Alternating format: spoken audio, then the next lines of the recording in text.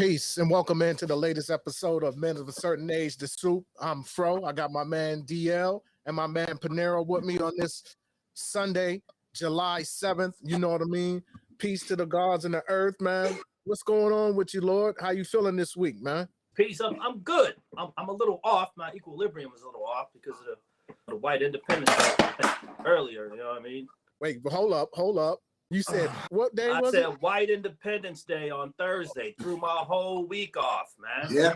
You know what I'm saying? Okay. I gotta go to work. I don't gotta go to work. Then I gotta go to work. Y'all killing me with this, man. You know, the white man Juneteenth got me all messed up. I'm good. Real shit. Good right now. I got my guys with me, so I'm good.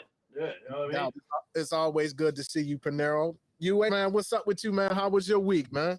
It was good, man. Kind of a little snafu in the middle of it, man. I got what? Hell, hold up, snafu. That when you say stuff like that, man, that's like a hook, or that's like when you walk into the bathroom and you stub your toe or some crazy shit like that, yo. A perfect definition for what happened to me this week, man. I had a court date, man, and I was really looking forward to effectuate some remedies against someone, and the judge basically told me that I couldn't do what I wanted to do. It's different when we talk about judges, and obviously we have on Men of a Certain Age. Like, share, subscribe, comment down below. But there's a different interpretation, man, when it really is different. Liberal and conservative judges are two completely different things.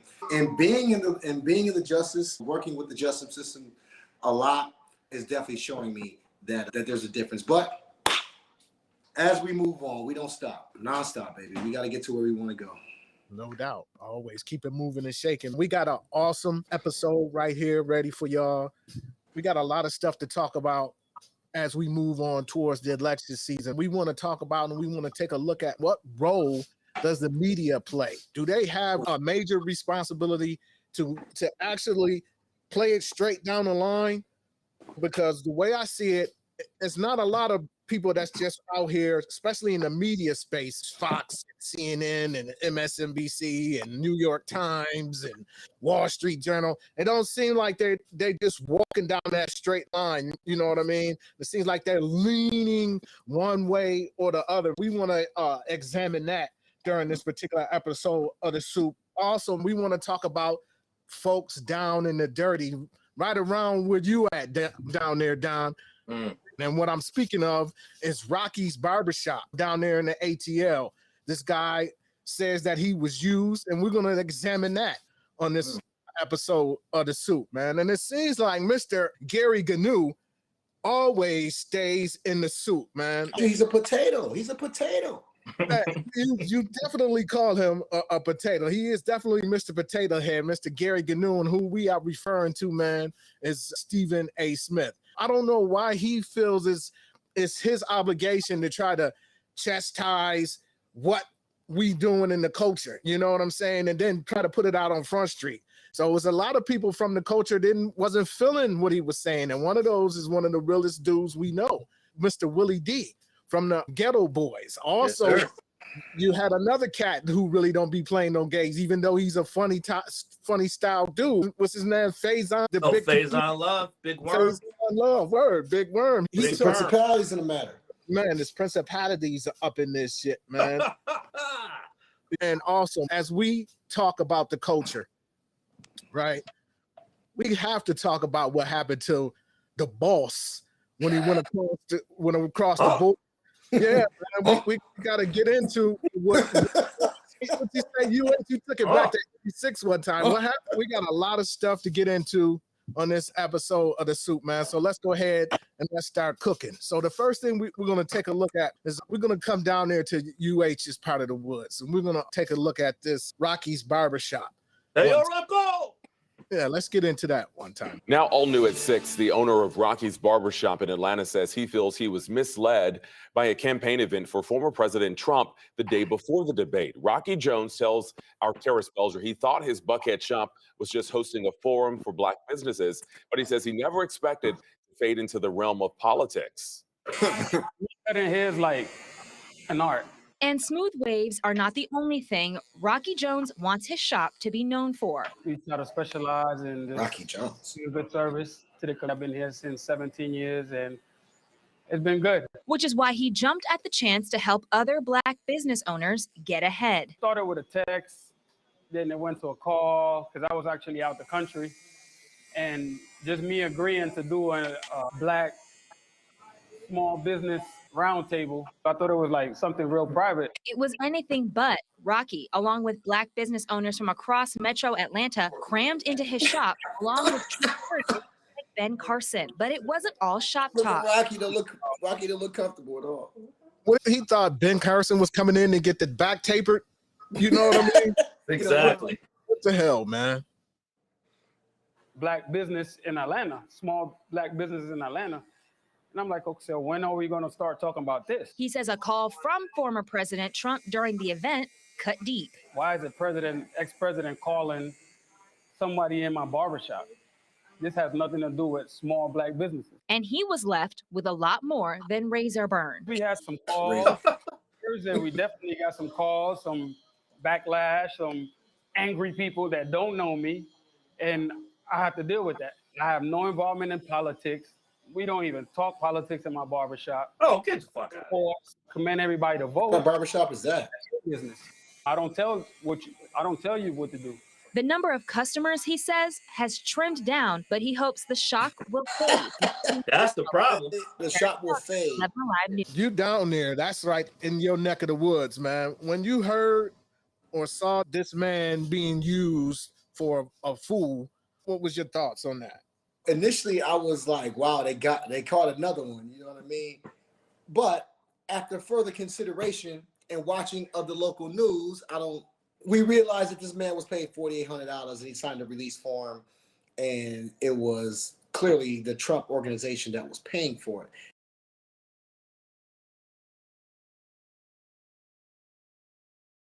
They've actually shown the contract online to where he basically let them use his his shop for that arena.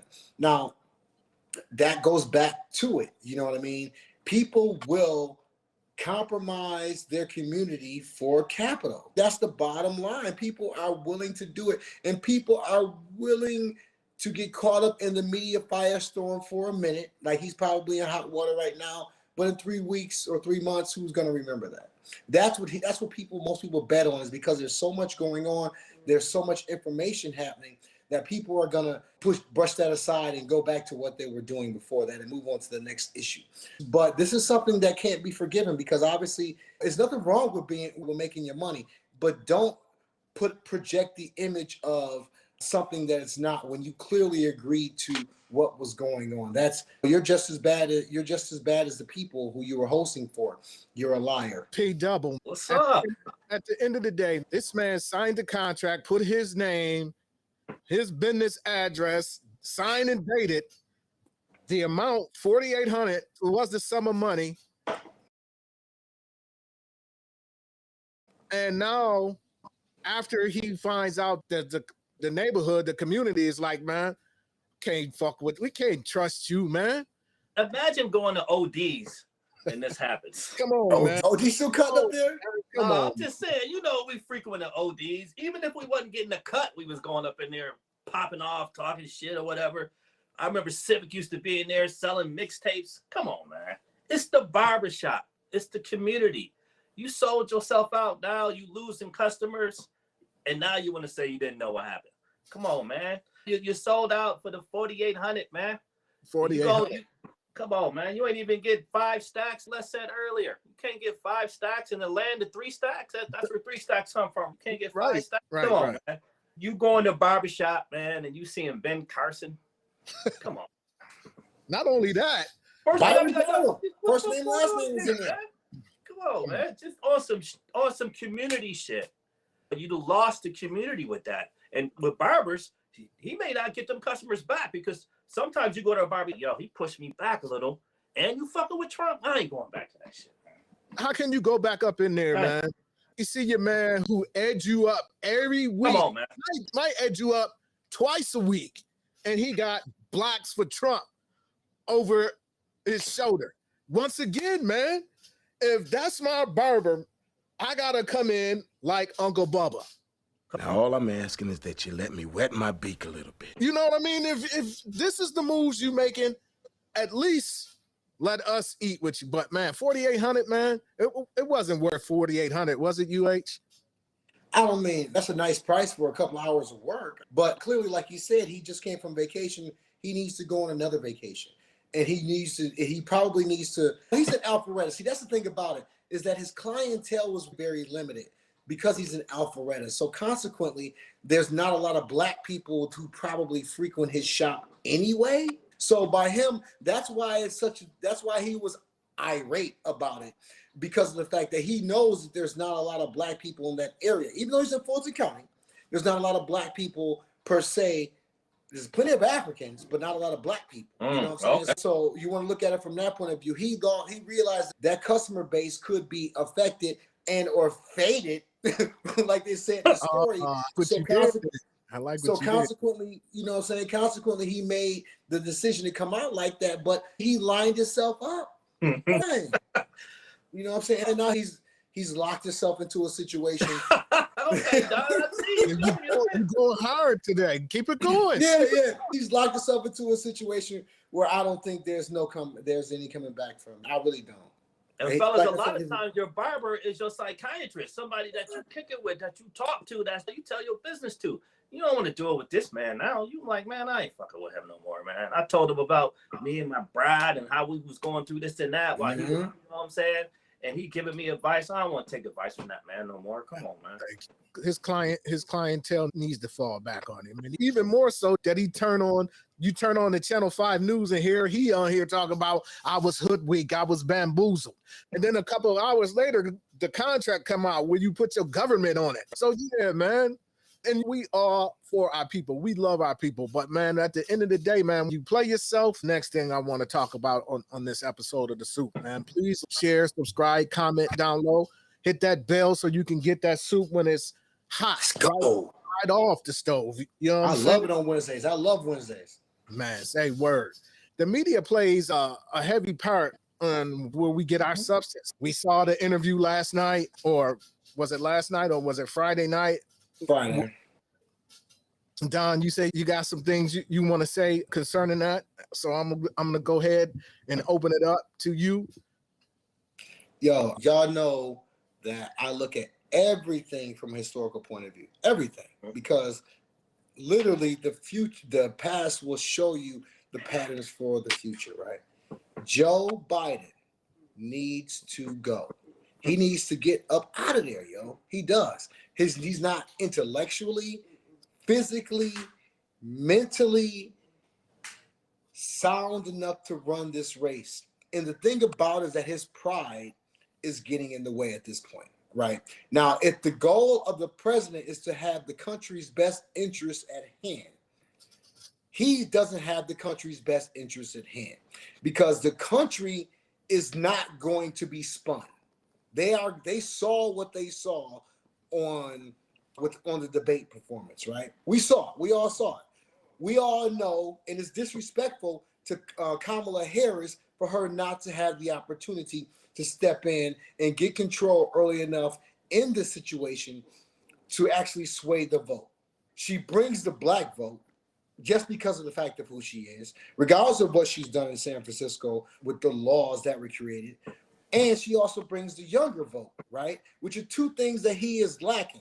So the Democratic Party, not the Democratic Party at this point, because they want Joe out on the low. Joe Biden is again showing disrespect, selfishness for himself as opposed to the country as a whole. And he needs to go, man. Like, he really needs to go. I'm obviously not voting for Trump. I'll vote for Biden if he's still there, but only because of the fact that I know that he should take the 25th and Kamala should step up. But honestly, he really needs to go, man, because he's putting us, his pride, his ego, his wanting this for so long is putting us all and our children in jeopardy for the future because of how he feels. The Lord, we all know the Lord Almighty ain't coming down, Joe. We all know the Lord Almighty ain't coming down and telling you to stop. What we do know is that the American people are telling you to stop for their sake. So that's all I have to say. I'm very upset by this because his ego is endangering the lives of every generation to come. And he doesn't want, because of the fact that he's got that old white power mentality, he doesn't want to tap out, man. It is really doing a disservice to our country at this point. The sooner, the better. Go ahead, P. What you got on this?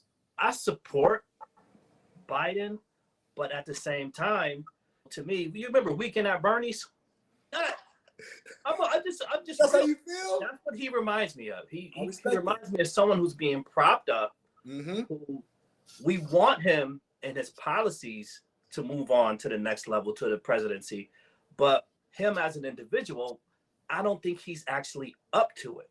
You know what I mean? I don't know if he'll actually survive another 4 years, mentally or physically. So it's tough when you support someone who you don't think is able, who's going to be able to actually do the job. But again, the people behind him are extremely important, and that's who I put my trust in. You know what I mean? Now, when it comes to Trump, the people behind him and him, I don't trust, because when he was a president, what did he do? He fired everyone who didn't agree with him. So the people that are going to be working with him now, if he is elected, are all going to be yes men, which is going to be horrible for us, because no one's going to tell him, yo, you can't nuke a tornado, dude. They're going to be, yeah, go ahead. Yeah, you can do whatever you want, Mr. Trump, because they don't want to be fired. So it's a quandary. We're just in a quandary.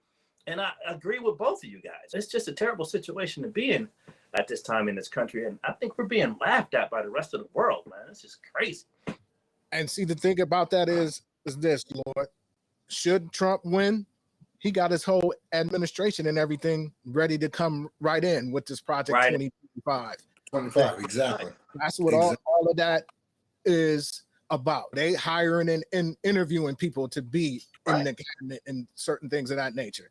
But what I was saying earlier as the media, right? The media plays a big part in all of this, because they have the megaphone. I want to show y'all this, man, one time down.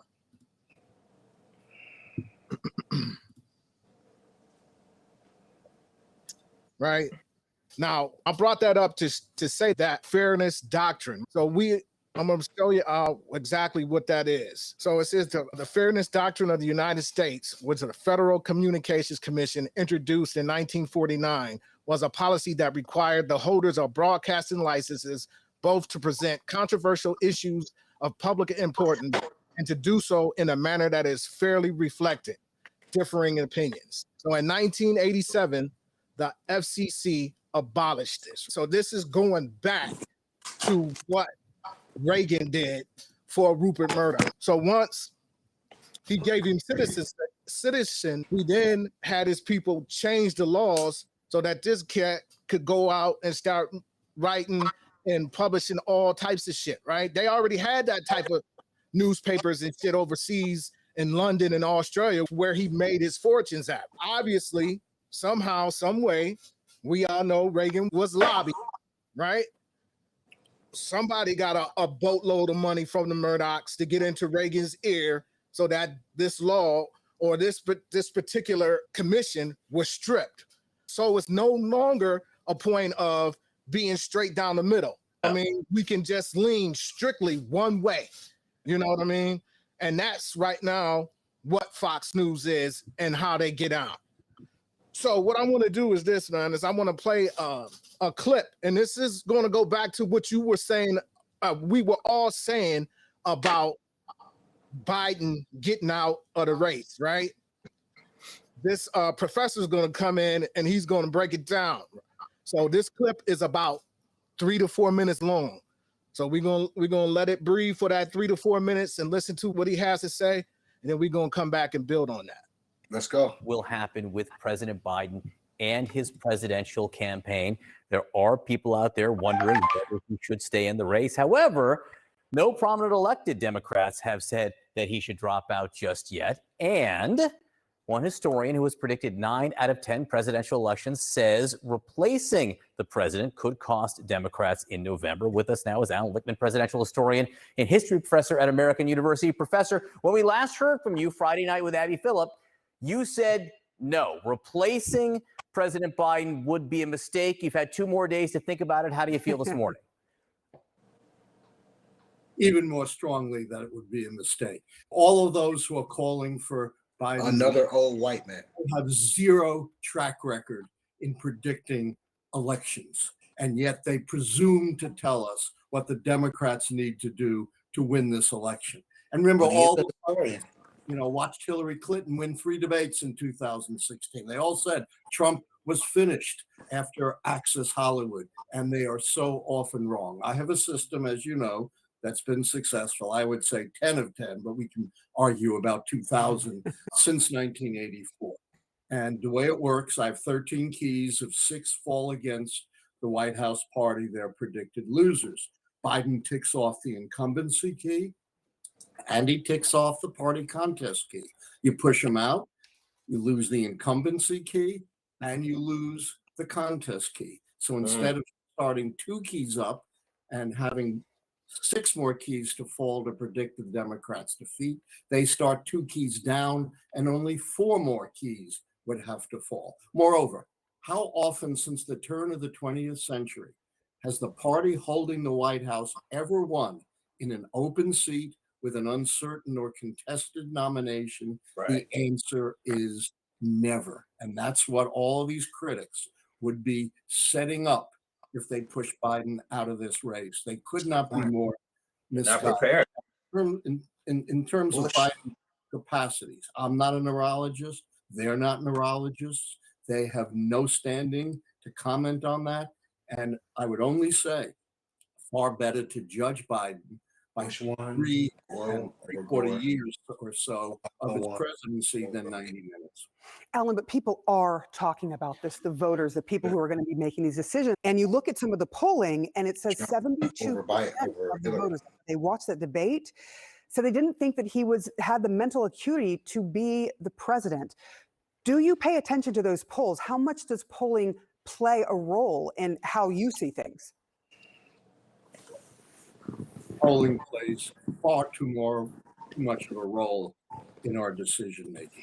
Polls are snapshots. They're not predictors, and they change rapidly over time. One can turn to another poll. I think it was the Morning Consult poll, which showed that after the debate, Biden improved by 1 point. He went from a dead heat to a 45 to 44% victory. And I love you guys in the media, but I have to say you are complicit in Donald Trump lying and conning his way to the presidency. No doubt. All the attention has been on Biden's faltering debate, but Donald Trump's debate was vastly worse. It was based entirely on lies, more than 30 significant lies. That's one lie for about every 1 minute and 20 and 30 seconds. He threatened our democracy by saying he wouldn't accept necessarily the results of a fair election.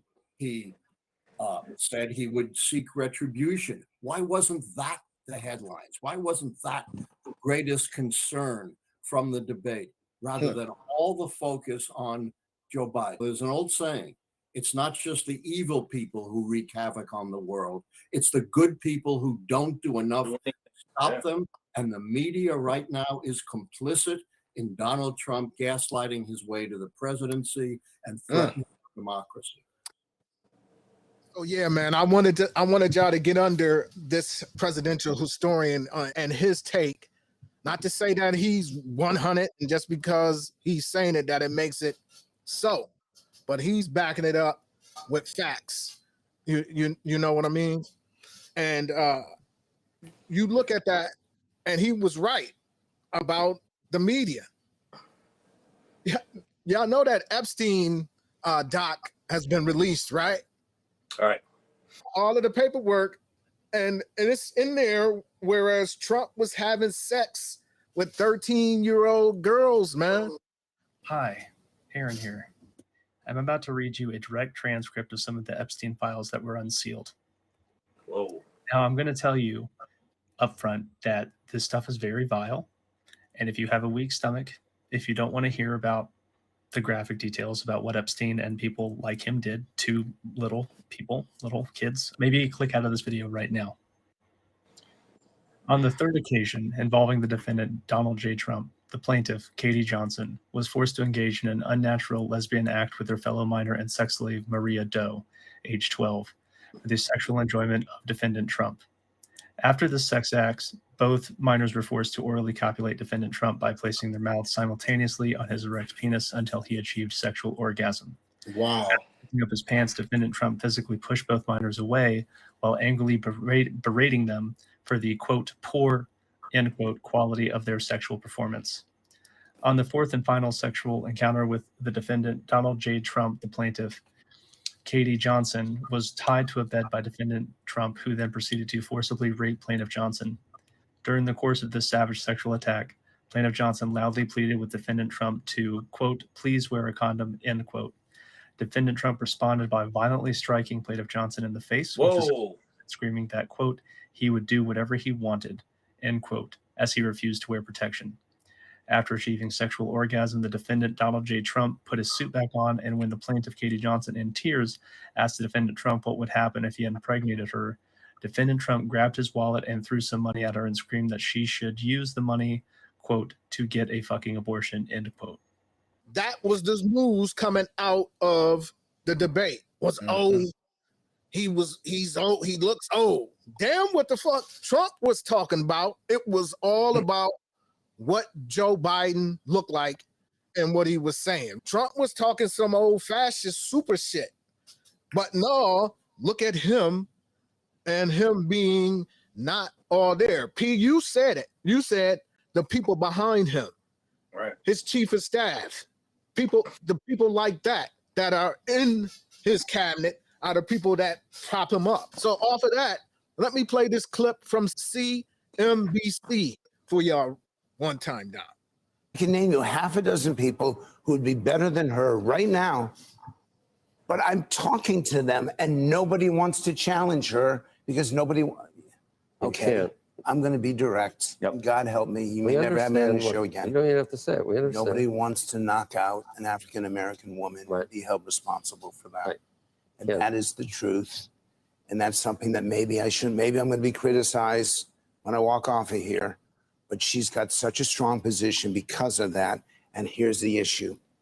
Her favorability is still, she's the most unpopular vice president since Dan Quayle. Okay. And he was the most unpopular vice president since Aaron Burr. Okay, if all of what you say is And that's true, a let's good- just that's make a- the supposition that's true. Is there somebody that you would pair her with that you think that would make them an unbeatable team? Gavin Newsom. I think of the governor of Maryland, Wes Moore. I think of the senator of New Jersey, Cory Booker. I think of the single best retail politician, Mitch Landrieu. All of them would do a better job than she would because they get the public. Right. It's not funny to them. It's serious to them. Mm. I can name you half a dozen people. So this dude right here with the beard, he is a poster. He's down with 538 or something like that is the name of it. That is the polling company that he's over. But again, man, the media, and I didn't even go into any Fox because we already know what Fox is saying and who they have over on there and what they're breathing in.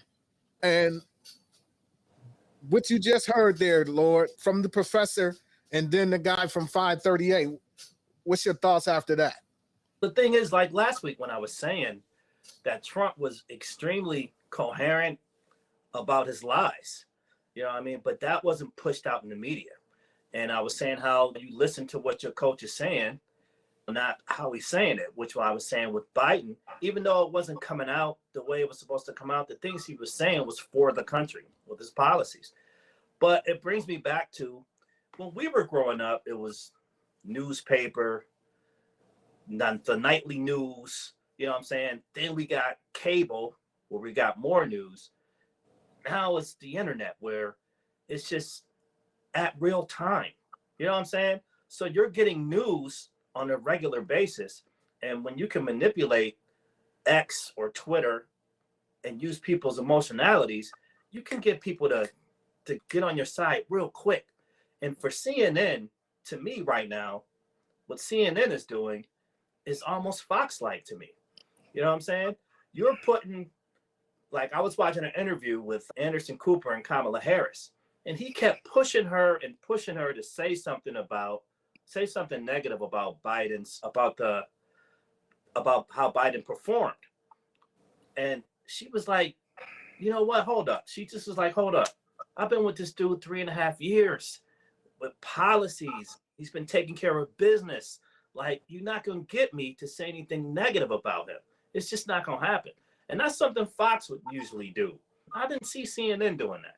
So the media is really leaning towards what the Heritage Group wants or what Trump wants. So it's weird to me. And I'm trying to figure out, I don't understand why, but I'm trying to figure out, is there some money involved? Because that's how I am. Is there some cash flow involved in CNN kind of leaning towards the Republicans?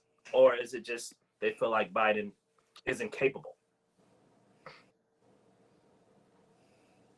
What about you? After that little breakdown that we just heard from the professor, and then the guy from 538 kind of pushing their narrative to change it up, which you're in favor for, judging from what you said earlier, is to switch up the ticket. What's your thoughts? I think that he's correct as far as the historian is concerned, because I actually went through it in my mind after Clinton was over with and there was an open spot.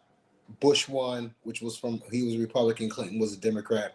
After Bush was over, Obama won, Bush was a Republican, Obama was a Democrat. After Obama did his 8, Trump won, Obama was a Democrat, Trump was a Republican. So I can see that as far as the pattern is concerned. Yeah, that he's speaking of and seeing that does lie true.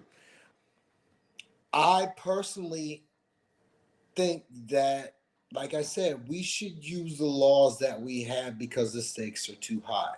Joe Biden can literally go to the Democratic convention, take all the delegate votes, which shows the faith in the Democratic Party and in him, right? And then graciously pass it over to Kamala and let her go from that point. Or he can take it and quote unquote try to win and then take the 25th after, because that's obviously the next step in line that Americans are going to want. But we have to consider the fact that he doesn't want to go. That's the whole problem with what everybody is saying. He doesn't want to go. And it's, like I said, it's selfish and unfair to the future generations who are counting on an 81-year-old man to make the right decision when he doesn't have a lot of life left. But there are people out here who have 50, 60, 70 years that have to live with the repercussions of his decisions. So I know the Democrats are smart enough with all the technology and data points that are available to surmise and determine a path of victory with all the things that they have available to them. I strongly recommend that they use them. Is one thing is for sure. You know what I mean? They better get their shit in order and get to walking in one direction. Because if they don't, if they go splintered, it's going to be bad for all of us. You know what I mean? If we have a faction over here that wants him to step down, and then we have another faction over here that wants him to maintain, and then we have another faction down here who really don't know what to do or where to go, then we as a country gonna be fucked up, because we can't afford to have this rapist, fraud, lying ass motherfucker back at the helm. This is what the other choice is: a pedophile, a rapist, a fraud, insurrectionist, a rapist. Right. That we double down. I add that again. Although I said that, and now he wants to be a dictator. So my thing is, why don't the news media outlets, why they go after Joe for being Sleepy Joe and this, that, and the third and being incoherent? But this information is out there for us to pull up on men of a certain age, but they're not pulling it up on CNN. I think it's just the fact that the whole, and I'm going to dive into it when I get a chance, probably is that some other names mentioned in the Epstein report that they don't want to put in the forefront, along with Trump. It's going to endanger a lot of other reputations. So they're probably being a little bit more close. They're probably being holding this closer to the chest. as a news media, because I had no idea it was out. Because if I knew it was out, I definitely would read it just to get my own version of the situation, because we've heard about it so much. I'm not really, obviously it's extremely graphic and degrading and demonic, but I would like to know who is in the public eye that was involved in these type of activities. You know, it's pictures of him, Epstein, and then the young children laying all on them, and you know what I'm saying? It's a lot of sicko shit going on, man. And again, I'm there with y'all, man, on Joe Biden. And again, I blame it on the Democratic Party for not being organized and having their shit. They're not prepared. You know what I mean? Because if you're not preparing, you're preparing to fail. You know what I'm saying? And the stakes is way too high to be out here splintering, bullshitting around, yeah, and having a faction over here. I'm just waiting and watching who's been oddly quiet, right? DT 45. I'm talking about from the Democratic side, even though he's not a Democrat, but he stays in Democratic business. Do y'all know where I'm going with that? He's not but he stays in Democratic business. You go with that Ron Steele? Where you going with that? Bernie. Oh, Sanders. Bernie, man. Oh. Bernie Sanders. Old too. Bernie 83. I Googled him the other day. Bernie like 83. But his faction, though, that's another faction of motherfuckers. Like I said, Bernie claims to be independent, but he keeps his hands in the Democratic pocket. Yeah, no doubt. You know what I'm saying? Don't seem like he have, as being an independent, he don't have his hands in the Republicans' pocket at all. You know what I'm saying? Mm-hmm. So, the media is foxy. They sitting up here telling us, feeding it to us. Joe Biden, he's sleepy. Joe Biden, he's sleepy. Meanwhile, Project 2025 over here, and now Trump talking about he don't know nothing about Project 2025. Oh. Well, on Truth Social today, Trump wrote, "I know nothing about Project 2025. I have no idea who's behind it. I disagree with some of the things they're saying, and some of the things they're saying are absolutely ridiculous and abysmal. Anything they do, I wish them luck, but I have nothing to do with them." Several Trump allies, though, do have ties to Project 2025, including two of its authors, Dr. Ben Carson and Ken Cuccinelli. Mark Meadows and Stephen Miller are with groups on Project 2025's advisory board. Senior advisor Peter Navarro, who is, of course, in prison, he deserves a big fuck out of here. Yeah, please give it to him. Fuck out of here. I sent some footage to y'all earlier this week where those clown ass motherfuckers was down here where I lay my head at, where my family and the rest of us. We in the South, and the majority of the South is red. So don't get it twisted. They fucking everywhere around here, but they outnumbered. You know what I'm saying? But they trying to get organized, man.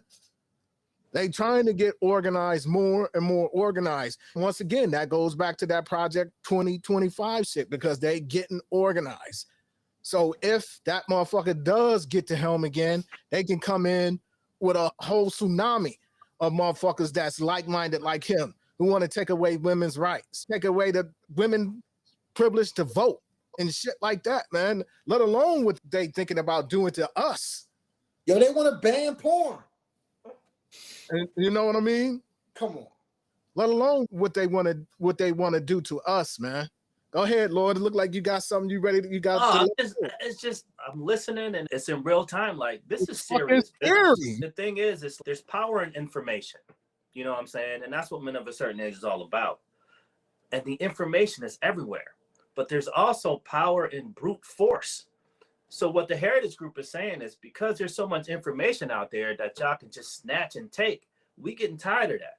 So either we gonna control the information, or it's going to be bloodshed. They telling you to your face, we're going to use brute force. This Heritage Group with Trump, it's coming at us. It's real. This is no time to be playing around, man. You better get out there and use your ability to vote, because we keep saying it. You may not get a chance ever again. So this is real, man. This ain't no joke, man. Please like, share, subscribe, comment down low, and also hit that bell so when the soup is ready, y'all can come eat. Everybody who our subscribers. Thank y'all for continuing to subscribe and tune in. Y'all know where I lay my head at. I lay my head in Nashville, Tennessee. And yesterday, these motherfuckers was down here again on some old bullshit. Let me just show y'all this real quick. Oh, But here we go. Here they go, these motherfucking redneck bastards. We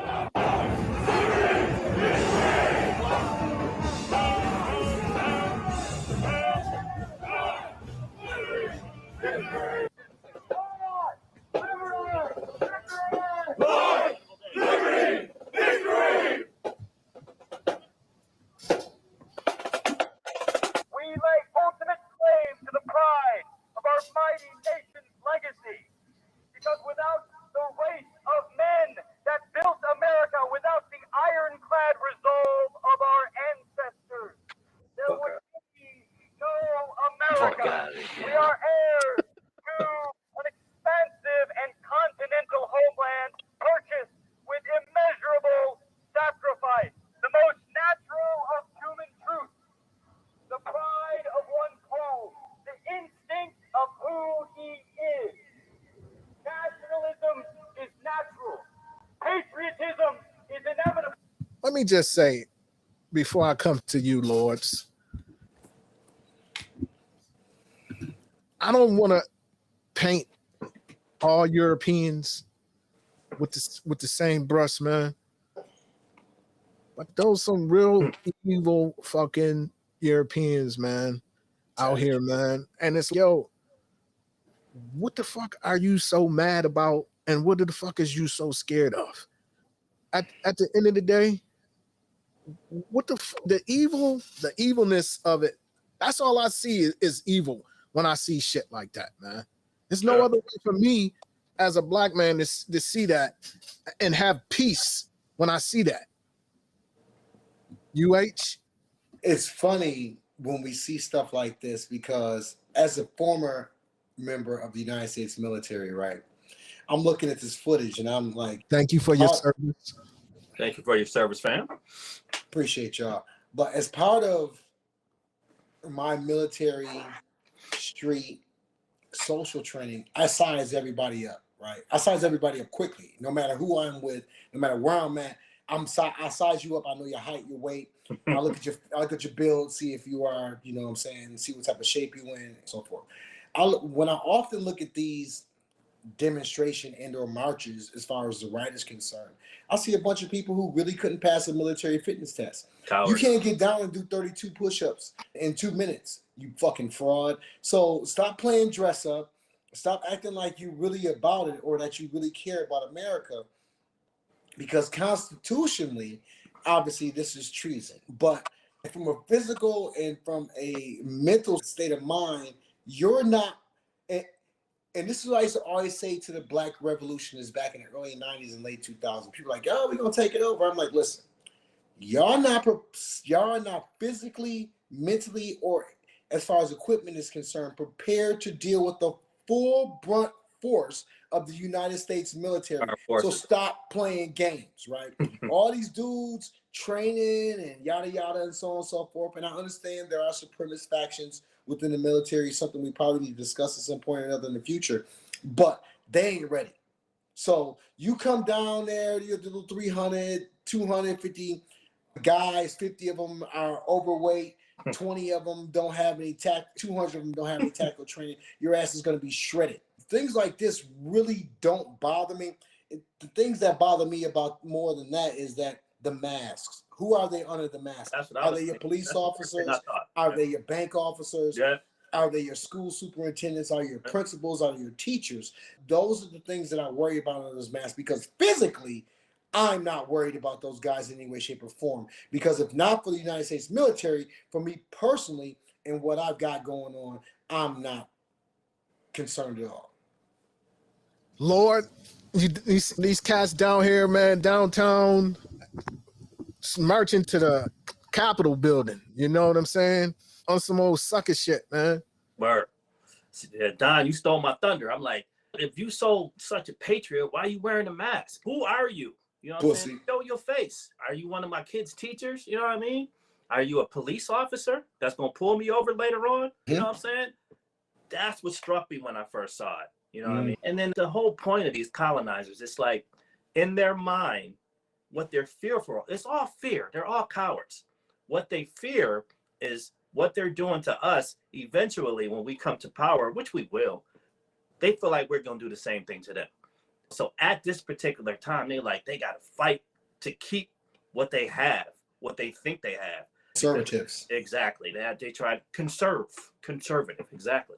So I see a bunch of cowards, bro. When we march, you can see our face. You know who we are because we're going to stand up on our square. But when they march in, even with the Klan, why are you covering your face? Because you the pastor from the church down the street? Indeed. You know what I'm saying? Come on, man. Cowards, man. That's all I see. Yeah, man. It's really Fuck out of here. you know, at the end of the day. But we're going to continue on this particular episode of The Soup, man, as we continue to boil it and let it simmer a little bit. We're going to change the tunes a little bit. We're going to come off the political tip right now, and we're going to get into some hood cultural politics right now. Once again, man, Stephen A. Smith. Oh, the potato. So I tell my son, I used to tell him when he was younger, when we used to talk about people's takes and why he say that and different things of that nature. People get paid to talk. They say a lot of wild shit because they get paid to talk. Believe me, if I can get paid to talk, hopefully one day we'll get paid to talk. You know what I mean? Right here on Men of a Certain Age, The Soup. You say shit just to say shit because you're getting paid to talk. And sometimes, man, Stephen A. Smith says some shit and I'm like, why do you? Last weekend, speaking of the culture, the BET Awards went down last week. And during the BET Awards, they pay tribute and they give homage to those of us that were of the culture who passed away. So we all know, rest in peace to the Juice. The Juice passed away this year. So they gave a shout out to them, to the Juice, man, rest in peace. And Stephen A. has some issues with it. So let's get into that. And then we're going to come back and do what we do. Remember? No, good news is good news with Gary. Because I'm pretty pissed off about it. Did y'all see the in memoriam segment paying tribute to, quote, Black excellence? Yes, he is known for being a Hall of Fame on the football field, out of USC and ultimately with the Buffalo Bills in his NFL career, but he was also accused of double murder. What's up? What's up, family?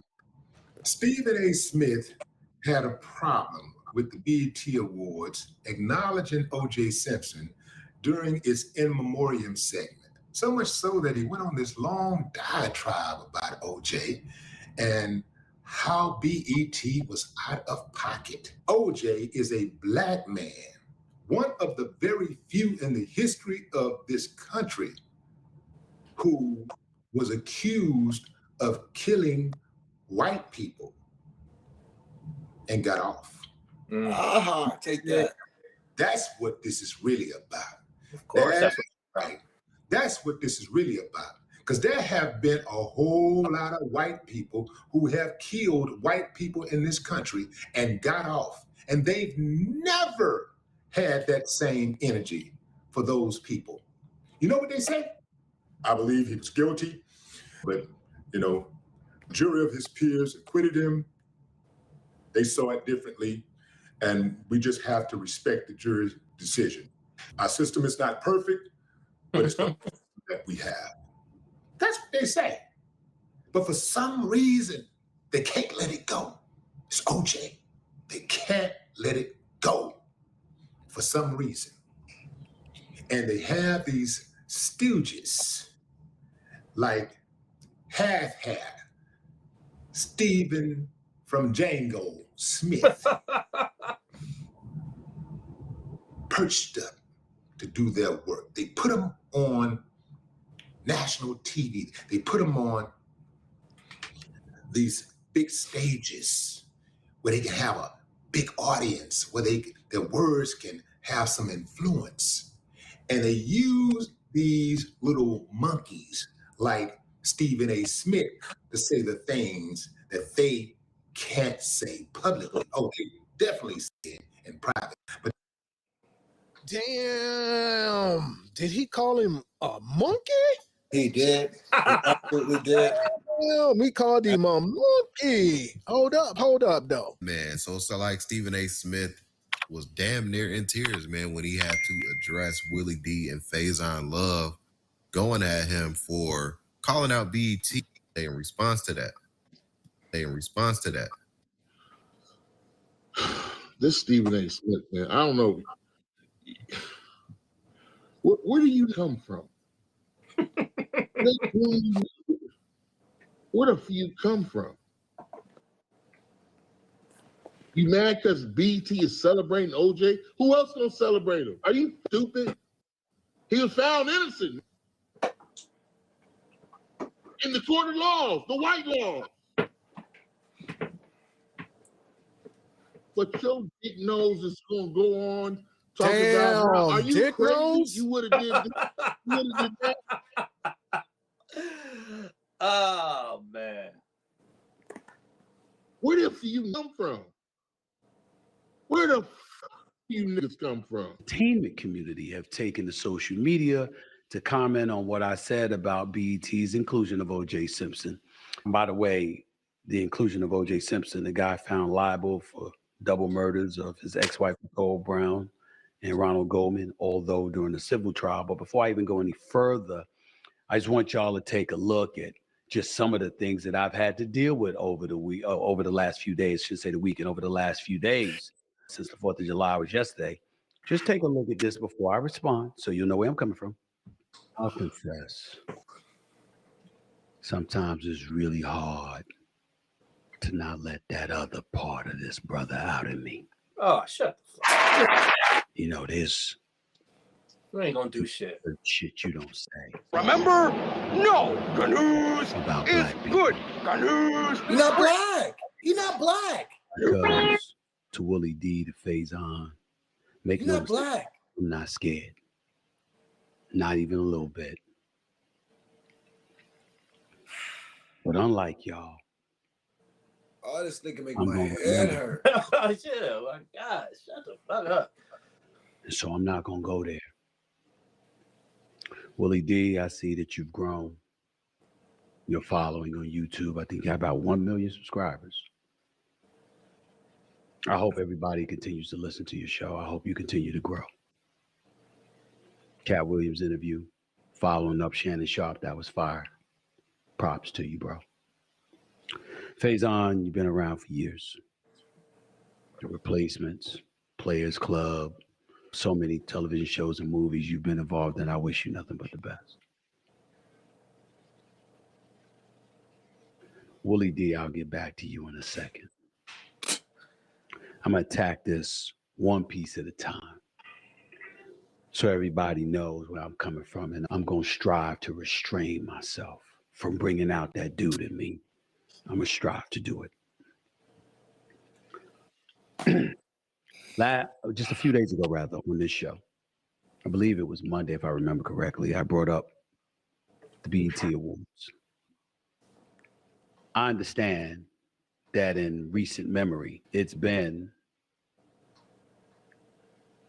a rating success. BET is no longer owned by Mr. Bob Johnson or black folks for that matter. It's basically being run by Paramount Global CBS Entertainment Group. It's being run by Scott Mills, president and CEO of BET Media Group. Connie, aka Constance Orlando. She's an award-winning media executive, recently named executive VP of Specials, Music Programming, and Music Strategy at BET. If y'all ever notice one thing about Stephen A., he's always talking about money or somebody else's money, what they make in position and titles. He's a big title. In this amount of money. He definitely is Mr. Super Capitalist now. Monday show. Definitely a titleist. Usher. Tuesday was when I talked about this OJ stuff. So I apologize for just correcting myself. But anyway, let me get back to the point. While going on about the BET Awards, never mind that I was on the phone with my daughter and I made her turn the channel because you had people with their asses out twerking all over the damn place and I didn't think that was appropriate. But that's just me. still didn't stop me from Get to your acknowledging. point. He don't watch no BET award is doing shows their then watch. because He fuck That's what they irritates all me. do. I And they're mean doing a great exactly, job. exactly. I Depending just on who the disagree artist is, they're with gonna them have their ass ranking out. That's what they O.J. do Simpson in nowadays, memoriam. man. From what I could tell, most of the crowd would agree with me because some of them most of them grew silent. Some appeared aghast when his picture popped up on the screen as Tia Mowry was talking about folks who needed to be celebrated because of their contributions and their Black excellence. And I basically talked about how most people believe he's a double murderer. That is true. During a criminal trial, he was found guilty during a civil trial, where he was ordered to pay $33.5 million to the Goldman family, which he probably never did, according to numerous reports anyway. And that caused the uproar because I talked about it being inappropriate, and I thought it was a bad decision on the part of the BET Awards. Now the outrage should be is this. We all know fucking Trump just was charged guilty. Right. 300 million. But in the everywhere else, they don't talk about this. But OJ, he definitely guilty. He speaks up and he speaks out. And he was acquitted. He's coming at me. And Exactly. am I stupid? Respectfully, my brother, are you? God. I know what the hell I said. I stand by it. And we know why you said it. I'm gonna torch his ass. See, what people miss is the trial was televised. This ain't some shit we read about and then moved on from, or we heard about and moved on from. The trial was for 8 months. There are a plethora, if not an inordinate amount of people throughout the years in the entertainment world, in the comedic world, and beyond. Stratosphere, in corporate America, at the water coolers, regular people talking. It doesn't matter where you go.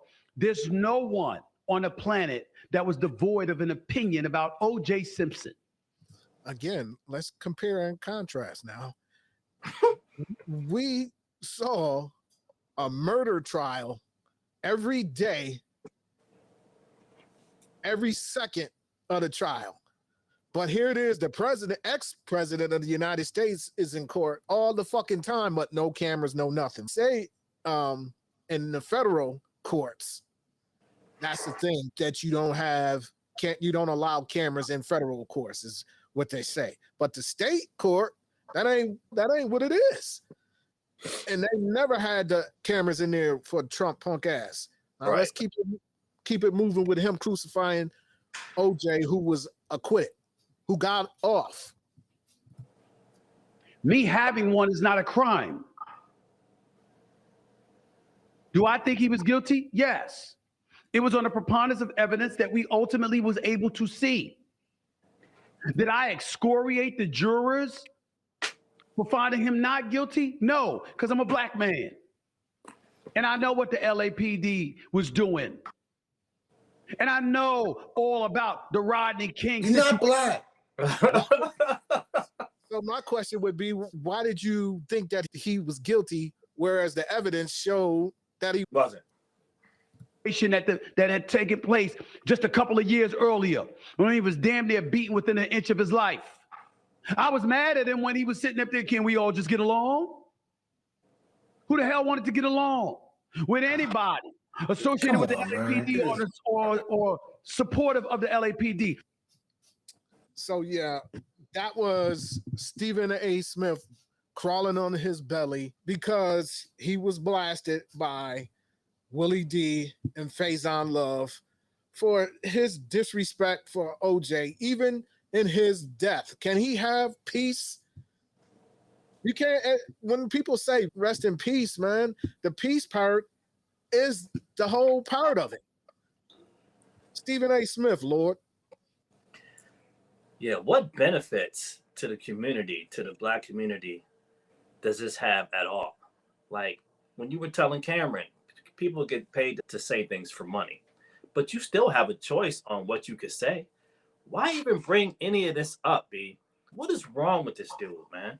He has a problem. Any opportunity he has to bring down a Black man, he'll do it. It's like I was saying last week. like LeBron, I'm gonna bring on JJ Redick. Why, dude? Why? We know why you're doing it. You know, the same reason why Stephen A. Smith tried to say something negative about OJ. OJ was the best running, quite possibly, is the best running back to ever play the game. He's a Hall of Famer. So why not? He's gone now. And you could have just let that go, Stephen A. But nah, I got to kiss some white ass. You know what I mean? He had a bevy of topics to talk about, but he got to kiss some white ass and say something about OJ being honored on BET. It's disgusting, man. You know, what benefits does that have? What does that do for us as a community? You have a platform where you can say things positive for the community as a black man, and you bringing down another black man who's deceased. Let that man rest in peace, man. Come on. Stephen A. he's an asshole, dude. It's just that simple. Meanwhile, you've got a guy that convicted of 34 counts. You ain't said not boo about, but we got OJ gone, buried. His family probably still grieving over his death, and now you want to sort him out in his death, man. I know you don't have no love for. Remember? No. Good news is good. Good news with Gary. Good news. We know you don't have any love for Stephen A, but he, like you said, he's a potato. He's a major ingredient in the soup, man. You go ahead, Drag. Yeah, I'm just gonna go say this, man. I'm gonna keep it real simple with Stephen A. He's not black, right? Check it. I've got friends who are first generation Grenadians, first generation Haitians, first generation Jamaicans, all that, right? All that. So they appear, like we talked about one of the first few pods that I was on, they appear to be black when you see them, but there are definitely differences in culture in the way that we go about things, right? Every black person that I know, I can't think of not one black person, which is FBA, sons of former slaves, whatever you want to call it, right? All of them were rooting for OJ. All of them always have. You know what I mean? I've never heard a dissenting opinion from a black American about OJ. Now, they may have said that he was guilty and he got away with it. That's cool, because think of how many of them got away with murdering us. Regularly. Right? Yeah. Exactly. Consistently for at least the past 150 years, right? I see that. But for Stephen A. to throw himself in the middle of something that, again, has nothing to do with him, right? Yeah. He went from his first lane, which was sports, right? over to the second lane, which is his little podcast, all right? But again, he hopped swiftly over to the fifth lane. From the second lane to the fifth lane, you can't do that. You're going to get banged up, and you got banged up by Willie D, and you got banged up by Faison Love, because there are people who understand how we really was feeling at the time. Right. You do not have the clout. You may think you got the clout at this point, but at that point, there were real members of society, hate to use this word, influencers or people in the forefront who honestly didn't care if OJ did it or not. They just wanted to see him do what? Be not guilty. Mm-hmm. It's the LA Police Department's fault and the prosecutorial department, the LA District Attorney's fault for not finding a picture of him in his shoes, which eventually got him convicted for the civil assault. You know what I mean? For the civil case. So that's their fault. That's poor police work. But how many black men have they set up? Who knows? Too many to count. Too many to count. So I'm not tripping over OJ and whatever the hell happened with that situation. And Stephen A., you need to mind your business and stop acting like you're speaking for black people, because you truly are not. He's a clown. And you know what? He won $25 million a year now. Did you see that? Yeah. The boy won $25 million a year like he Tyreek Hill. Get Yeah, the fuck out of here. Get this dude up out of here. Let him see how independent he really is, and let him see where support really comes from. Since he think he's Shannon and he can do it like Shannon, and he's got a legacy and he's got a broadcasting legacy. Let's see where you really at. You know what I'm saying? Because he threw that 25 out there. Yeah, I'm worth it. You know what I mean? Fuck out of here. Again, man, shout to Willie D and shout to Faison Love for pulling him on the carpet for that bullshit, man. Running his ass off the road with that bullshit. There's no need for him to slander OJ. The way I see it, that man is gone. Whatever he did or may not have done has gone with him. Right. It's over. Yeah, it's over. You know what I'm saying? As we continue on this episode of The Soup and we stay in the culture, because did y'all see Rick Ross up in Vancouver, Canada, man? Did y'all see him up there get violated, man? If not, let me share that with y'all real quick. The Canucks.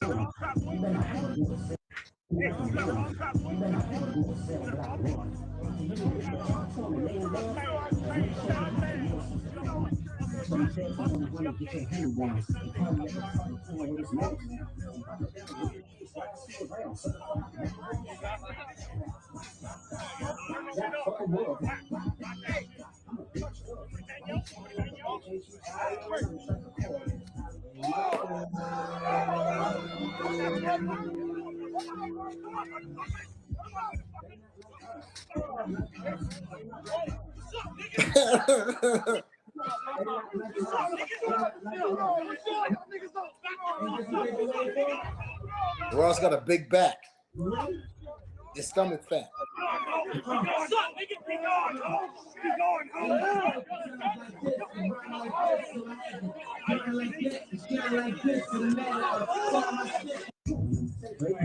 What's up? Every day I'm hustling. What's up, nigga? No fucking city, nigga. What's up?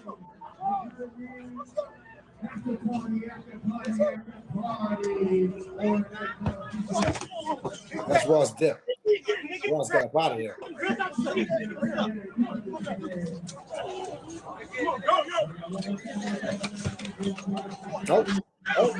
Oh. 3. Now people get bold. 4.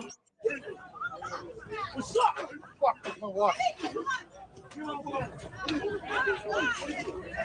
Let that man laid out. What's up, dog? Laid out. Come on. The boots. Who that The boots. Yeah, man. They dead armed that cat.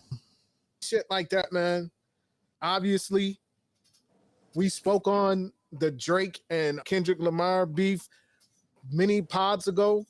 Obviously, since then, there has been an anthem that has been created from this beef. You know what I mean? It's crazy. Is that when Kendrick say A minor, seemed like that's when he took off on Ross when he said that, man.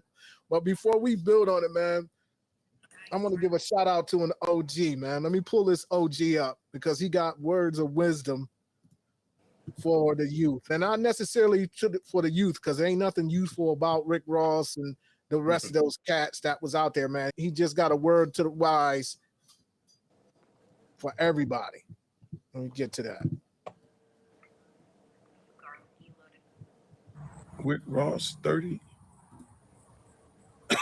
Speaking of Rick Ross 30, let me just get it all out. This whole fighting my boy Ross and his guys in Canada, that's unacceptable. That don't happen. That don't supposed to happen. And what's more unacceptable is when Mr. Drake liked the post.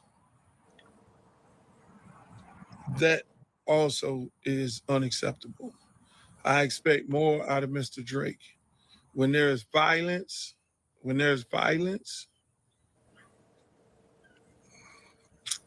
you don't condone it. You should be bigger than that. Mr. Drake, you should be bigger than that. When there's violence, you don't condone that. You don't like no posters and all that, because here's what happens. There's always a backlash of it all. Here's what happens when now you've inserted yourself, even if you were not involved, half of the country think you set the man up. They book a show in Canada and you send your goons out there to agitate and start a fight with Ross. And y'all do what you do on the TV. Half the country think that. So you validate that even if you did not do that, you validate that by doing what? So as we sit here as men of a certain age, we respect the OG because that's what he's supposed to do. Exactly what he did there. Because he knows it's hot. Drake is gonna come to Florida, somewhere in Florida at some time, some point, right? Somewhere in the South. You know what I'm saying? Abouts there in those thereabouts areas or down yonder, as we say down here, you know? And it's like, yo, man, not cool for you to put your stamp of it. That's pretty much what he did when he liked it. He put his stamp of approval on it. Rick Ross, Rick Ross, what are you doing in another country with your back up like that? You have no wins. Oh, Rick Ross did too much. You know what I mean? That's not understanding your environment. Fam. He wasn't in Georgia. No. He wasn't in Tennessee. No. He wasn't even in Buffalo. He wasn't even in Buffalo. Right. He wasn't in New York. You know what I'm saying? He wasn't in Cali. He was in a whole nother country. Talk about being in enemy territory. Listen, clearly he's not a strategist. You know what I'm saying? A strategist, because there's no way in the world that I would drive down the streets of the Bronx and screaming back in 87 maybe, playing New York. You know what I'm saying? That's crazy. You know what I mean? You expect violence when you disrespect people. You know what I mean? Regardless if those were Drake's boys or not, because he definitely flew them in the next day after it. If you check his Instagram, them boys come in, he at the crib chilling, and he had chilling the pool, them boys coming, they pounding them all up. I'm like, wow. So either this dude found out who they was mad quick, or he sent a squad after them to take it to him. You know what I mean? But Rick, that was a damn fool move. You don't go to the man's house and disrespect. After he disrespected the whole country, because basically Kendrick was saying, nobody is like black people in America, Stephen A. You know what I'm saying? You know what I mean? Not whether you're from Canada, not, you know what I'm saying? Not whether you're from the islands, we are who we are. So you not like us, right? You don't go into their house telling them that you not like us. That's just disrespect, and he deserved what he got. I'm glad he got jawed, like we said earlier, like Timberlane in '85. Shouts out to Tim. What the fuck is Timberlane doing right now? We need him on a minute of a certain age right now. See, we got going on. I'm gonna let you get back to your point, but so you saying fucking Ross pulled a fucking Rick James on Canada? Fuck your couch. Fuck your couch. Fuck around and found out. Yo, literally the most disrespectful song to anybody who's not black, right? Is y'all not like us? It's like he's telling you straight up that we got something, we got a certain je ne sais quoi, we got a certain soul that y'all boys will never have, no matter what, no matter how you try to emulate, which I agree with. You know what I'm saying? I'm definitely not tripping on that, but to play that in somebody else's home environment in a foreign country in front of people that you're talking about is total disrespect, man. It's total disrespect. And he deserved what he got it because it wasn't strategic at all. It was foolish. Lord, the OG, Uncle Luke, trying to tamper down. Yeah. Cool down. Pour some water on it. Tamper it down a tad bit. But didn't you come to find out that Boys is posting up the dudes on his Instagram from out there? when you saw that, Lord, what was your thoughts when you saw Ross out there trying to actually bareface and get up in somebody's face and talk shit in somebody else's backyard? I heard about this, but I didn't. This is my first time actually seeing it. I'm like, wow, he wild. That's like Don said. That's like going to Queensbridge screaming the bridge is over. You done lost your mind. You know what I'm saying? You trying to walk home from Marina by yourself? You crazy? The Steak Boys gonna get you? You know? He said the Steak Boys. With your New York jacket on. With your New York jacket on. Exactly. He got man. Ross, his ego is what happened to him. You know, those that know when he says Steak Boys. You can't go walking through Central Park by yourself after arena. You crazy? With a Yankees jacket on, no doubt. But Rick Ross's ego got in the way. You can have all the money and all the stomach in the world, but if you in Vancouver, where the home of the Canucks, you gonna get knuckled up. You know what I'm saying? You got They Not Like Us playing in the background, and I think he probably suggested that they play the song. I heard that also. Was that true? Yeah, they say he walked off the stage to that. So once he walked off, he deserved what he got, like Don said, fam. He deserved that. He did that purposely. He walked off to some mad dudes, some dudes that was out there was not. They was waiting for him to play that. You know what I said, man? As soon as he play that, man, we gonna fucking wild out. So Drake is wrong too, though, for inciting the violence, B. And now Drake think he gonna go down south or go anywhere, you know what I'm saying, where Ross is from, and think he ain't gonna catch it too. Come on, man. That's why I salute Luke. We salute our OGs for trying to douse the fire. Peace to Luke. You know what I mean? And just it's wild how your ego can get your ass whooped, man. Don't let your ego get your back dirty. You know what I'm saying? So, yo, before we take this pot off, man, I want to bring something to the light before we close this out about the culture. And y'all know me, I'm pro-black like Ty. And for the most part, I'm a protector of the culture. And when I see culture vultures, man, and people fly in and swoop in and want to take our cool to make them look cool, you know what I mean? I have a problem with that. As you should. And what I'm talking about, man, as the holiday, as you said, the white holiday passed, they happen to have a white party. And this white party with this guy, this culture vulture, Mr. Mark Rubin, let me show you, give y'all some footage of the white party and check out who's who at the white party.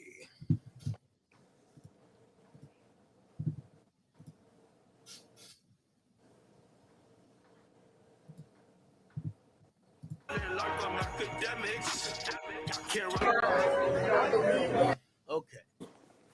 Now, apparently this may have been an old video. Apparently he didn't perform with a little baby next to him. They're saying this is from a few years ago when Honestly Nevermind came out. Yeah, who knows? Here's some more pictures of people that were there. And you're going to realize none of Drake ops are really here. Quavo's there, but Quavo's not his op. And by the way, he's given the Migos so many features from Versace on to other songs that it would be surprising if they were like, fuck Drake, you know what I mean? See Michael Rubin here. Is this Gronk? This is Gronk, ain't it? Then you got Tom Brady, Drewski, and who's this nigga right here? I don't know who this nigga is. That's a quarterback from the Texans. Oh, CJ Stroud. What is he like? Can't stand academics, man. Yeah.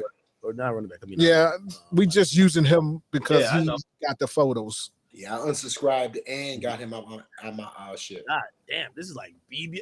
Nigga, this is like going into the surgeon's office. Oh my sweet Jesus. What the fuck? Like, no disrespect. I ain't trying to single none of these ladies out because I'm trying to get off my women hating era. No, I'm like, get out of here, nigga. This looks like all fake bodies, man. See Lala over there. Anyway, shout out to Lala though. The Cheerios is hidden. That was coming. Kim K. One thing with Kim K, man, the face guard always is never declining. He's a Texans QB. A word? Oh shit. Okay. Then Now, Glorilla definitely swears she bad, yo. but you notice in the theme of the black people that are there, right? See a little boy. Sorry. We sorry to tell you, bro. I'm not even trying to roast you. Very elitist. Your voice is too deep. Like, it's just too deep. Like, your voice so deep, we gotta dap you up. Like, all right, what up, gang? Like, that's what it is. Like, you don't have a girly voice. If you had a girly voice, I despise academics too. Yeah, like I think it would be a little bit different. And we didn't see you like you came in the game like mad, organic, and damn it. I don't know what it is. There you go. Every time I see Wayne, it's Lil you Wayne. always look like he has Drugs. came from like he just. And you gave her 2 songs at the worst time that you should be dropping those. Mr. 2 songs. Drake. Bro, I'm mad at you. You better have. Holy shit. Is this Aiden Ross? So you got Donovan Mitchell, CJ Stroud, the boy from the Yo, Cowboys Aiden, man, Tell linebacker, us you and your Illuminati without telling us, bro. Pablo This nigga Boncaro. hasn't streamed in like a month, but pops up at the white party. Illuminati confirmed. Who's this nigga right here? Is this Javante Davis? Emily. Oh, look at this. Odell was there. OBJ. Who the hell is this? Jadon. Oh, that shit just looked like it was a good 3 months in time, and you're past that. And I think that's what you want. Everybody's talking about the white party. This nigga as it's Drake like the colonizer got it on party off-white. without you. It's the colonizer party at without the white. you.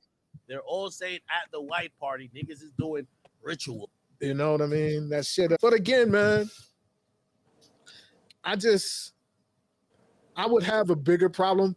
We didn't see Jay-Z, but he was definitely there. I've seen pictures of him at the party.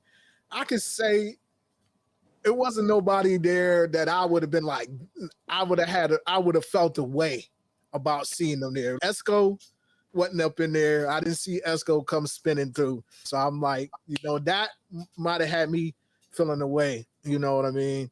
Of course, anybody from the clan, anybody like that, Resurrector, anybody spinning through there. But the people that you saw there, you would expect to see at that type party. You know what I'm saying? Derek Jeter, Jay-Z. I'm surprised. Well, LeBron wasn't there because they got the Olympic camp that just opened. You know what I mean? When you see this white party with this guy, Mark Rubin, give it to me, man. I think that it's a certain class of elitists that are out there, regardless if they're Illuminati, whatever the case people may call them, but there's a certain class of elitists that you have to gain interest into in sports and entertainment. That being said, it's one of those things that, like I told you, but like we discussed previously, that there are levels to that entertainment stuff. You know what I mean? There's, like P said in his book, you get a certain chance to go down one way or another way. Nori said the same thing. I can open one door and get this. I can open another door and get that. So there are people who are willing to open those doors or to at least peek inside and see what it has. It's never been anything alluring to me, but you can tell that it does hold a certain level of fascination by the people, the newer people that you see there, the Micah Parsons, the CJ Stroud. These are all people who are new to the scene, but have been seeing this since they've been in high school and college and been like, you know what? I want to be part of that in crowd. You know what I mean? I'm surprised Puffy probably didn't make a low-key appearance. He probably was in a dungeon doing whatever he was doing in complete darkness. You know what I'm saying? It's interesting to see that people feel that this is becoming a standard for being famous and or being accepted. It is very interesting, to say the least. Now, Lord, we talked about this last year on a different pod concerning this exact same thing going on again. And this Mark Rubin cat, he is the owner of Fanatics, right? He's the owner of Fanatics Sportswear. Biggest. Eagles, say that again? The Eagles too, right? Not the Eagles, the Sixers. Oh, he got rid of the Eagles. That's Well, the Eagles is Laurie, Jeffrey Laurie. Oh, Jeffrey Laurie, you're right. Right. You know what I'm saying? So he is in the sports world with the Fanatics. So that brings in the sports guys. Right. In the world with Mark Rubin. But again, man, I have an issue with them fucking with us when it's convenient, because that motherfucker could have just as easily been one of them motherfuckers marching down on downtown Nashville. You know what I'm saying? With the mask on. Mark Rubin, Lord. Yeah, I don't know. There's nobody there, like you said earlier, that I care about or that I can relate to. I'm saying it ain't like Q-Tip was there, or you know what I'm saying, or anybody that has any sense of self was there. My thing is with the sports figures though, I fuck with sports. So I question, fuck is CJ Stroud doing there? Did he know why he there? Like, dude, do you know who you fucking with? But I don't know. Like you said, it's convenient for him to have that party, to put eyes on what he's doing and put people into place like they're on a chessboard. Not that he actually cares about the actual black people he has there, but to use them for his advantage. Let me get this person there. Let me get this person there. Yeah, at this white party. Man, fuck that white party. Like Di always said, man, I ain't into no celebrity worship and all that shit. I could care less. But if I saw Chris One there, it would hurt my heart. You know what I'm saying? Come on, Chris, man. I'd be upset. I might have to shed a tear. I know you ain't transferred over. Or if I saw Nas there or anybody from the Woo, I'd be a little bit upset. Because Exactly. I'm of the culture. You know what I'm saying? I'm just not out here portraying it. I am the culture. We are the culture here at Men of a Certain Age. So when we see a lot of shit like this, we be like, man, this is bullshit, man. Get the fuck out of here. We from a certain era, man. You do the knowledge on everything. You know what I'm saying? It's I don't see Lord J turn the corner. Word. It'll hurt your soul. You know what I'm saying? Yeah, motherfucking Styles P, Jada. Right. Not to say that they haven't been to the white party, but to me, that's that ain't they type of move. You know what I mean? For real. Yo, Fro, hold on for a second. Is that the same guy that got Meek Mill's? Yeah, that's it. Yeah. That's what I'm saying. And I say that to say this, man. Obviously, I don't know that. I don't know this Mark Rubin guy. You know what I mean? And he, within the last 10 years or so, his face has been in the culture. You know what I'm saying? And when you see that, and people come into the culture who are not from the culture, who are guests to the culture, it's who invited him in? You know what I'm saying? Why is he? What's the purpose? Yeah. That's your man. What they say? Who's the kid up in the green land? You know what I'm saying? It's like that. But it's just who I am when I see certain things and I see certain people move a certain way, man. And that's what we're gonna do on the Soup, man. We're gonna bring things to the table to make everybody think. We're gonna speed the heartbeat. You know what I mean? Speaking of speeding the heartbeat, what you got for us this week? This week, I want to focus on something real simple, man. We talked about earlier, a few pods ago, about violence in our community. We talked about how when it gets hotter, things happen. Now, we're from Buffalo originally, so we know that in the wintertime, you really ain't catching a boy. You might be in a bubble coat. You don't know if that's him. Summertime come out, you're going to catch a boy. You know what I mean? But it seems as though it's a lot of that down here. I want to talk to real quickly and speak to us from a very straight point of view. We are miracles. Every last Black person, and this is why I'm so definitive and so defensive of Black people. Every last one of us is a miracle, truly.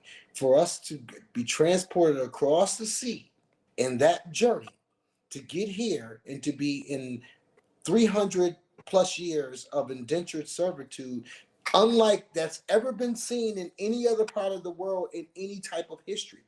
For us to be here at this point is a literal miracle every time one of us graces this planet in a physical, right? We cannot continue to take that from each other. This week, I was watching the news. I saw 2 13-year-old Black males that were intentionally murdered. A 12-year-old Black male that is in critical condition. There's nothing, there's no way, there's no excuse, and this definitely is a problem because there's no reason that preteens should be murdered in our community. It's crazy. We truly don't understand the miracles, the strength, and the courage and the energy that it took for us to get to this point. I think we're taking it out of context. That goes back for me to say this: vote. We may not have been another police officer there to prevent the homicides of these two young men. We can honor the energy of the people that wanted to see change within our society. And I am still one of those people who believe that change can come through voting, regardless of whatever systems or conspiracies are out there. I am a firm believer in the power of the vote. Just like I'm a firm believer in the power of collective prayer, the power of numbers. I'm a big believer in the power of numbers. So I don't get dissuaded. I look at it as discernment, and let's get together and make sure not only we vote, but we realize our power in doing so. That's all I have to say. That's peace. Thanks for those peace, words. no doubt. My G. Panero, man, what's good with you, man? What you got for the words of the wisdoms for these people from the soup, man? Yo, check this out. This is for my young men out there. Like we used to be young back in the days, chasing women, doing what we do. My advice to you is this. It's real simple. You can lose your bread. You can lose your money chasing women. You know what I'm saying? But you can't lose women chasing money. That's right. Say that again. Real Listen, shit. Man, for men of a certain age, you know what I'm saying? For Uncle P. From Uncle P, what you can do. I'm saying this so you gotta listen to me deeply. It's real simple. You can lose money focusing on chasing women. All right? But you can't lose women focusing on chasing money, B. That's for men of a certain age, man. Get that bread. That's real shit. And as you know how we do, man. On a light note, you know what I'm saying? Yeah, no doubt. That's real, though. Please share, subscribe, comment down low, hit that bell so you get that notification when that soup is hot. Because as always, man, it's the same old soup. We just reheating it. Until next time, peace. Peace to my guys. Until next week, fellas.